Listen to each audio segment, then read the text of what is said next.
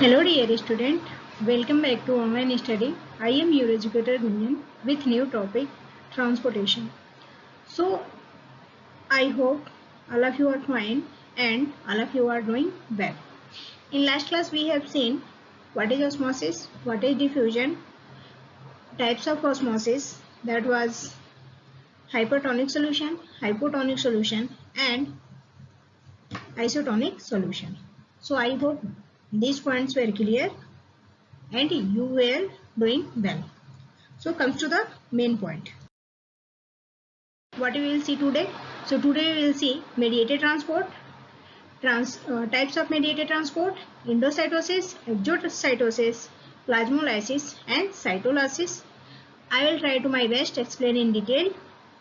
Okay, and you also listen carefully. So comes to the point. See what is mediated transport. So it is the process of forced diffusion of certain substance through the plasma membrane that is known as mediated transport. Like mediated का मतलब ही होता है medium और mediator. Mediated transport का मतलब होता है कि जब किसी मॉलिक्यूल का ट्रांसपोर्ट किसी की सहायता से होता है, यानी कोई हेल्प करता है तब उस मॉलिक्यूल का ट्रांसपोर्ट एक सेल से दूसरे सेल में हो रहा है. सो उस टाइप्स के ट्रांसपोर्ट को हम क्या कहते हैं? मेडिएटेड ट्रांसपोर्ट कहते हैं. जैसे आप स्कूल में जाते हो तो या तो आप बाइक से जाते हो या तो बाइसिकल से जाते हो या तो पेरेंट्स के साथ जाते हो या तो ऑटो वगैरह से जाते हो. तो जिसकी सहायता से आप स्कूल में पहुंचते हो वो क्या है? मेडिएटर है. वो क्या है? मेडिएटर है. सो उसी तरह से जो सेल है, सेल में फूड मटेरियल का ट्रांसपोर्ट जो होता है किसी की हेल्प से होता है, उसमें कोई ना कोई इन्वॉल्व होता है तब जाके ट्रांसपोर्ट होता है. So this types of transport is known as mediated transport. और जो ट्रांसपोर्ट है वो डिफ्यूजन प्रोसेस के द्वारा होगा या तो ऑस्मोसिस के द्वारा होगा.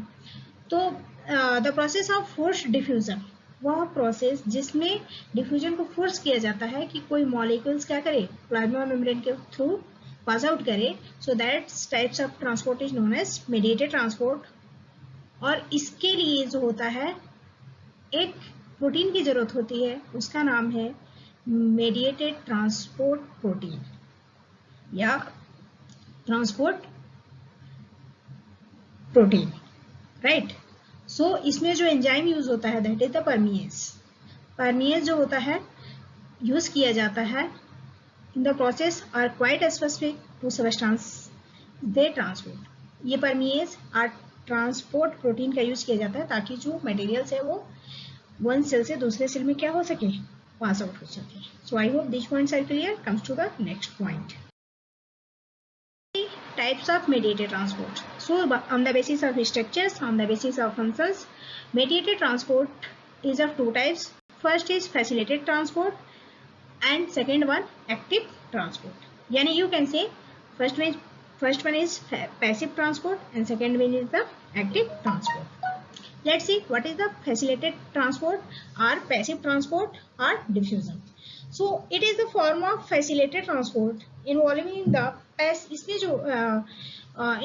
इसमें जो होता है मॉलिक्यूल का पैसिव ट्रांसपोर्ट हो जाता है. इसमें मॉलिक्यूल्स एक्टिव नहीं रहता, बस एक स्थान से दूसरे स्थान में क्या करना है? उठा के डाल देना है.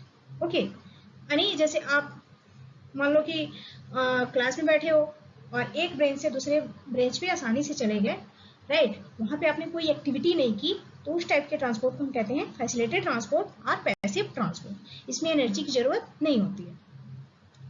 So it is a form of facilitated transport involving the passive movement of molecules, right. और पैसिव में क्या होता है?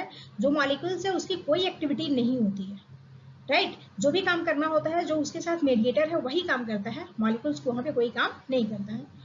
Movement of molecules along their concentration gradient from high concentration area to low concentration area and guided by the presence of another molecules, usually an integral membrane protein. उसी को हम क्या कहते हैं? ट्रांसपोर्ट प्रोटीन और परमीएज. इंटीग्रल मेम्ब्रेन प्रोटीन वहां पे काम करता है ताकि मॉलिक्यूल्स आसानी से क्या कर सके? हाई कंसंट्रेशन एरिया से लो कंसंट्रेशन एरिया में पास आउट हो सके. So this types of transport is known as facilitated transport. तो सिंपल सा डेफिनेशन है, it is the form of facilitated transport involving the passive movement of molecules along their concentration gradient from high concentration area to low concentration area guided by the presence of another molecules, that is integral membrane protein or transport protein or permease, right? So इसमें जो transport होता है किस किस चीज का होता है, शुगर का होता है, वाटर का होता है और आयंस का होता है, राइट? ये जो है होता कहाँ है, किडनी में होता है, लिवर में होता है एंड लंग्स में होता है, राइट? और यहाँ पे मोस्टली एक्सचेंज क्या होता है, क्योंकि बॉडी के ट्रांसपोर्ट की बात हो रही है तो यहाँ पे हम ऑक्सीजन और कार्बन डाइऑक्साइड का क्या होता है, एक्सचेंज होता है. You can see in this diagram, this is the facilitated transport. You can see here, this is the molecules that is pass it out without any membrane or any energy requirement, right? Only channel protein is present here. These are the channel protein. So I hope these points are clear. Comes to the next point. Let's see active transport. So active transport, the movement of ions or molecules across cell membrane into region of higher concentration area to lower concentration area with the help of enzyme and energy, that is known as active transport. That is known as active transport. Okay, यहाँ पे जो molecules है, ions है, उनका transport होता है एक cell membrane के रीजन में from higher to lower concentration, और उसमें कौन कौन हेल्प करता है, एंजाइम एंड एनर्जी. इसमें एंजाइम की जरूरत होती है और एनर्जी की जरूरत होती है, और यही क्या करते हैं, एक्टिव ट्रांसपोर्ट को फुलफिल करते हैं. ये होता कहाँ है, सॉरी ये है क्या, sodium pump, glucose selection of intestine में होता है, ग्लूकोज का सिलेक्शन जो करता है. देन जो प्लांट होते हैं वो रूट्स के द्वारा जो मिनरल्स का अपटेक करते हैं वह. ओके, तो यहाँ पे भी मिनरल्स आयन का अपटेक हो गया प्लांट रूट्स के द्वारा. देन ग्लूकोज का सिलेक्शन हो गया इंटेस्टाइन के द्वारा, और जो सोडियम पोटेशियम पंप है वो कहाँ होता है, एक्सक्रेटरी सिस्टम में, right? You can see here, this is the diagram of active transport. यहाँ पे जो मॉलिक्यूल्स हैं, ओके, और ये एनर्जी की रिक्वायरमेंट, एनर्जी क्या करता है, जो इसके सेल वॉल है इसको ब्रेक डाउन करता है, और जैसे ही ये ब्रेक डाउन करता है तो मॉलिक्यूल्स क्या होते हैं, पास इन हो जाते हैं.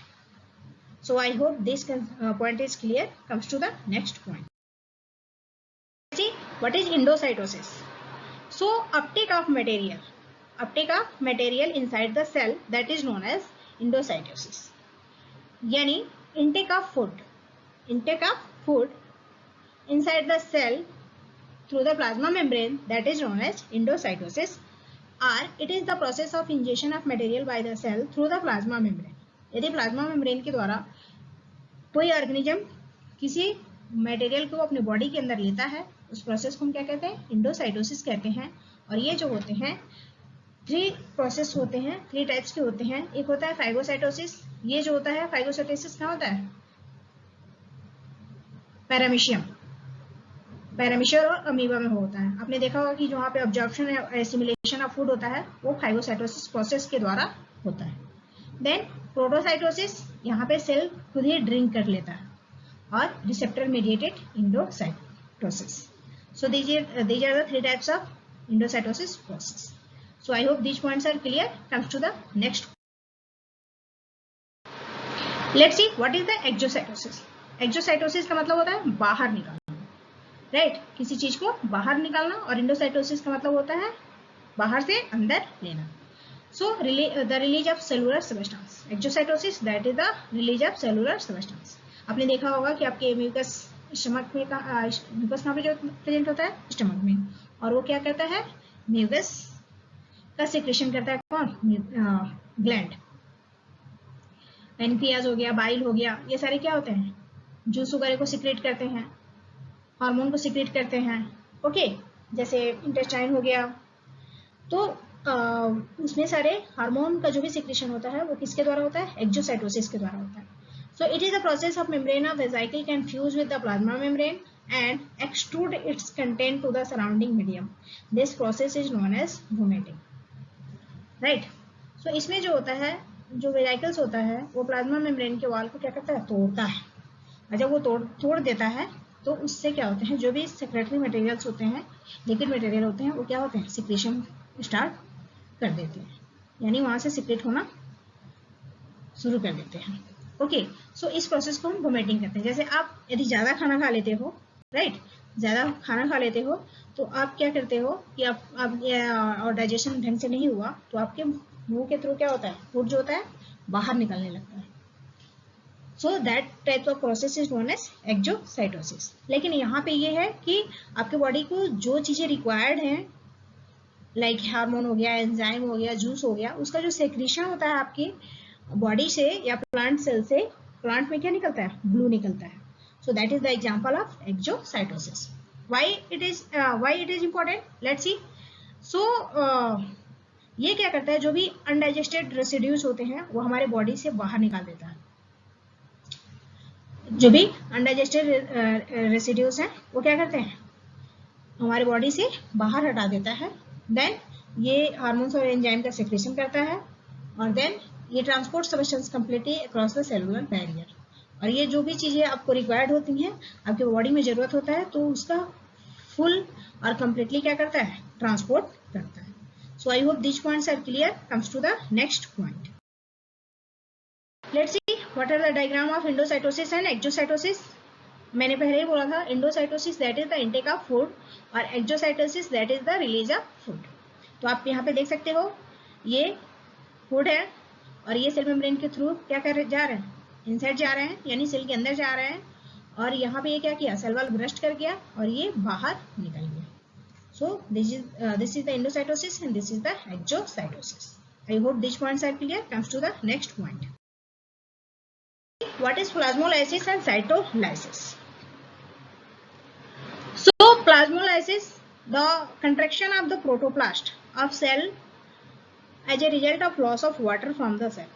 कभी कभी आपने देखा होगा कि जो प्लांट के सेल होते हैं या आपके जो स्किन है या फेस हो गया, मतलब बॉडी का कोई ऐसा पार्ट जो यदि आप वाटर पीना बंद कर दो, ठीक है, या बहुत टाइम तक आप फास्टिंग वगैरह रह जाते हो, तो आपकी जो बॉडी होती है ना वो थोड़ी सी श्रिंक कर जाती है। कंट्रैक्शन का मतलब सिकुड़ जाना, कंट्रैक्शन का मतलब सिकुड़ जाना, राइट।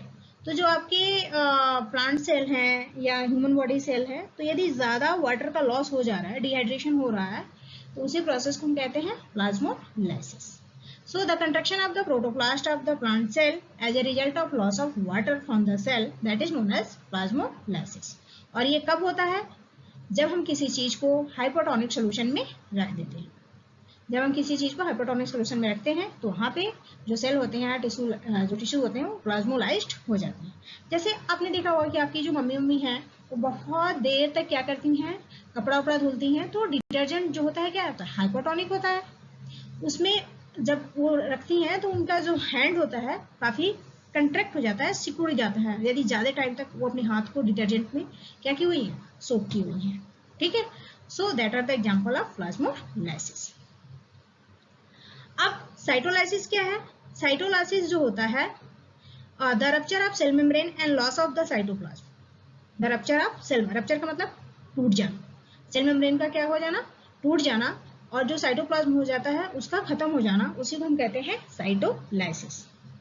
साइटोप्लाज्म का लॉस होना और सेल मेम्ब्रेन को रप्चर कर जाना, that process is known as cytolysis. और जो साइटोलाइसिस है ये क्या करता है, हमारे इम्यून सिस्टम को स्ट्रॉन्ग करता है और डिस्ट्रॉय होने से बचाता है। Cytolysis has a functional role as well as used by the immune system to selectively destroy the tumor cells or those infected by the some other pathogen. ये क्या करता है, हमारी बॉडी में जो भी चीजें होती हैं, अनवांटेड चीजें होती हैं, उसको डिस्ट्रॉय करने में हेल्प करता है। So I hope this points are clear. Comes to the next point. Stay safe, stay happy, stay connected. Thank you and till then go through it and study more and more. Thank you.